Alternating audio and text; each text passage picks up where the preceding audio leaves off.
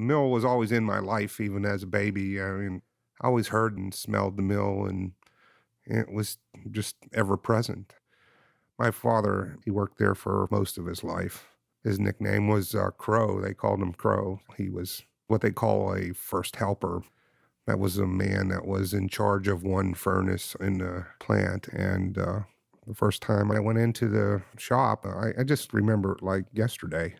So there were all these things moving back and forth, and I was afraid I was going to get run over. And my dad just walked straight through like nothing was going on. It's just amazing. And to face a furnace is just, it's hard to describe, because you watch cold steel being put into there and watch it become more and more red and red and red, and then it disappears and falls apart, and it's just unimaginable.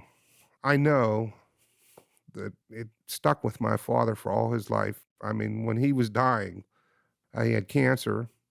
We had him in hospice, and he was in a lot of pain, so they were giving him lots of morphine.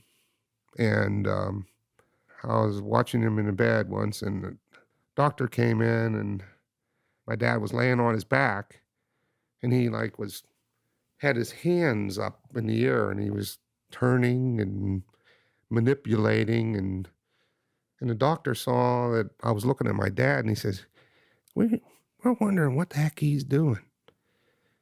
Because, he did it all the time. He would be laying on his back and he would be doing this stuff, and they had no clue as to what he was doing. And I said, oh, he says, I could tell you. He's making steel. He was opening furnace doors, and he was adjusting the gas on the furnace and the draft. I could see what he was doing. And the doctor was amazed, and